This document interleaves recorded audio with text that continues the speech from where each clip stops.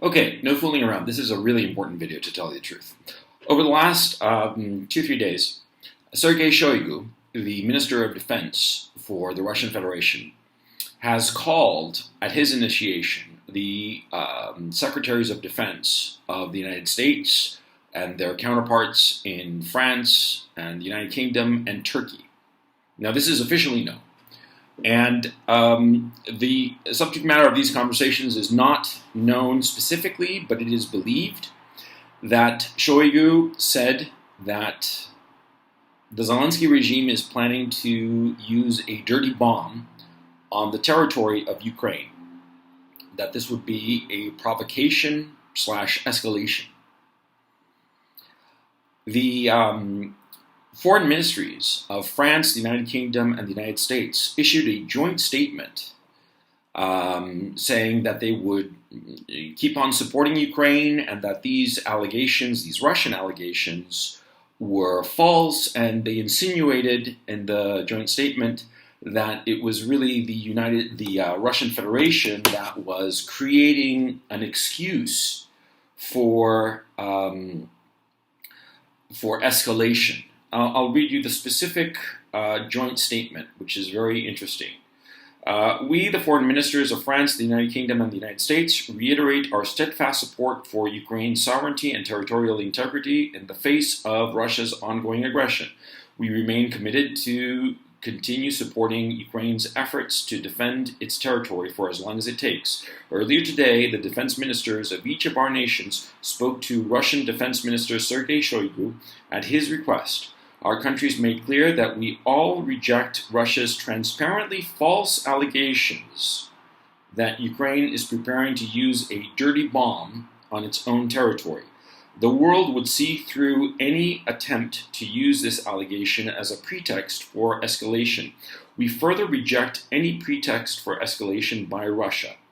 The foreign ministers also discussed their shared determination to continue supporting Ukraine and the Ukrainian people with security, economic, and humanitarian assistance in the face of President Putin's brutal war of aggression.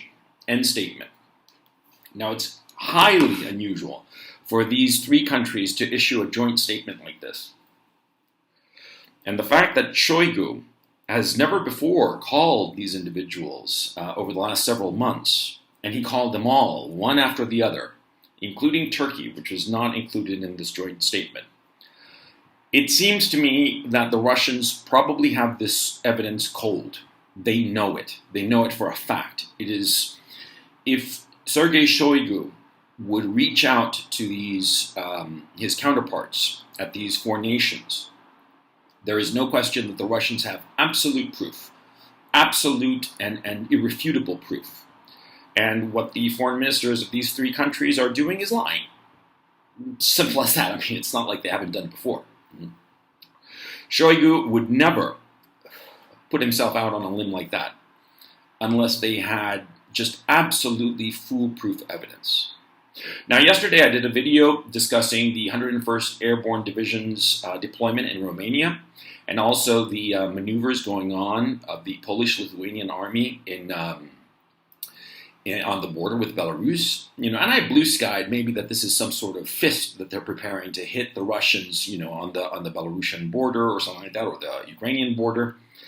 But now it seems to me that if what Sergei Shoigu is saying, that the Zelensky regime is preparing a dirty bomb that they are going to detonate on their own territory, which I believe, then it seems reasonable that the intent would be Nikolaev. Nikolaev is one of the coastal cities of Ukraine on the Black Sea. It's between Kherson and Odessa.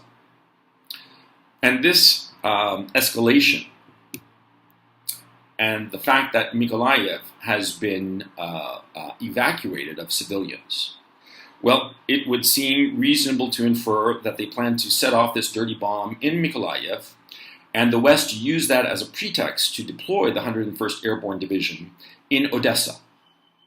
Because if you look at a map, there is Kherson, further west is Nikolaev, and farther still is Odessa. Now, Odessa has historically is a very important city to the Russians. It's important for historical reasons. It's important for religious reasons, cultural reasons. It is a jewel that the Russians have deliberately not harmed, except in targeting specific military assets that have been there. Now, it's very clear that the Zelensky regime forces are at the very end of their tether. There has been a lot of talk from different sources that, in fact, the number of dead Zelensky regime forces numbers in the six figures, over 100,000 dead, and perhaps 1.5 to 2 times that number of wounded, incapacitated. So basically, as Brian Berletic over at the New Atlas has been saying for a while now, the Zelensky regime forces are at their end. And so, in desperation, the Zelensky regime would use this dirty bomb in Mykolaiv, and this would give the excuse for the Americans to deploy in Odessa. And this would escalate the war into a full-on NATO versus Russia war. I think it was very smart of the Russians to come out with this and say openly that this is what the Zelensky regime is planning to do. I think it is despicable what the Zelensky regime is planning to do, because I will say here, and I don't care, there is no doubt in my mind that this is true. And it really, really scares me. I mean, through this whole conflict, this is the one time I have to say that I'm truly scared. Because detonating a dirty bomb, quite apart from creating an environmental catastrophe on Mykolaiv, as a military matter, it will do nothing. Okay, it will just make a big mess, though it should be pointed out that because of this, it would be very difficult for the Russians to advance on Odessa. Because, of course, the coastal roads from Kherson to Mykolaiv on to Odessa would make it extremely difficult for the Russians to advance. It would create a nightmare, and of course a political nightmare. And of course it would draw in the United States. The United States would have the perfect excuse to help a friendly nation. This is the October surprise. This is being done strictly for American electoral purposes, insofar as using a dirty bomb. I had been hearing talk about a dirty bomb for a couple of months at least, but I didn't give it that much credence until now.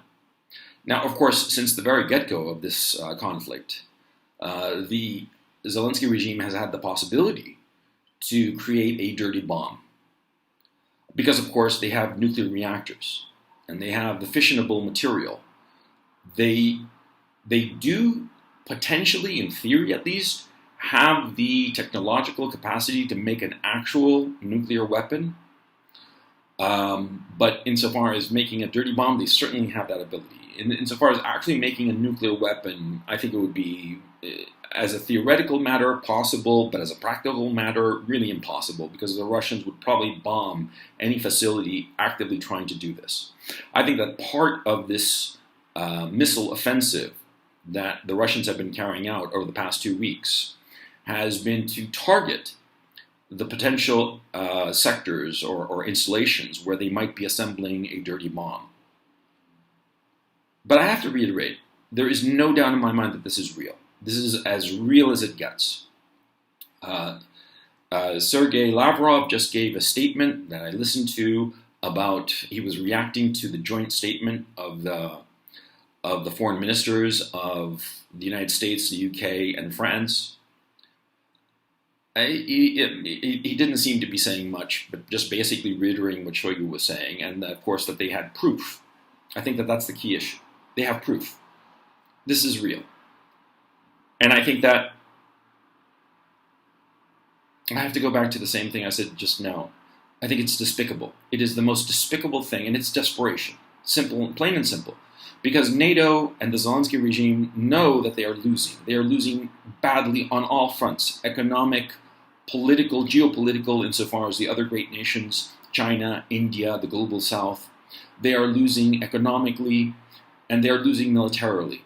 They have thrown everything but the kitchen sink at Ukraine to fight off the Russians, and they have lost. Every offensive has been a disaster. Because remember, You don't fight to win territory, you fight to defeat the opposing army. If you destroy the opposing army, that's how you win. And the Russians have been doing that systematically.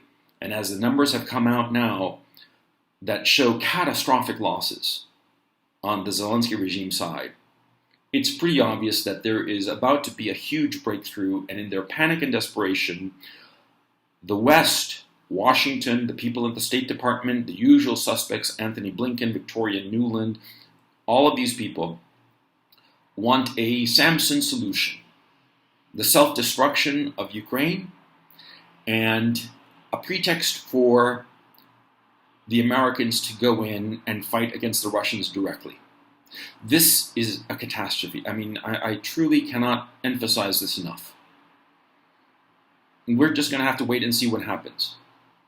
In my own case, if you're wondering, I'm far, far away from Nikolaev, and so nothing will happen to me, I hope at least. But there's other things too that's been going on. There have been a lot of talk from different troops that they are Zelensky regime troops, that they are getting chemical, biological, and nuclear protection gear and Geiger counters. This is as real as it gets. This is actually happening. You know, I mean, all of these data points add up to this being absolutely true. The foreign ministers of the United States and the United Kingdom and France are lying through their teeth when they say that this is just some sort of pretext that the Russians have conjured up out of thin air. And I mean, I really am at a loss for words, to tell you the truth. And I'm not kidding. I've never been this scared. This is truly a catastrophe if this happens. And it's not so much that the Americans will deploy their 101st Airborne Division in Odessa. It's just going to be a swirling whirlpool.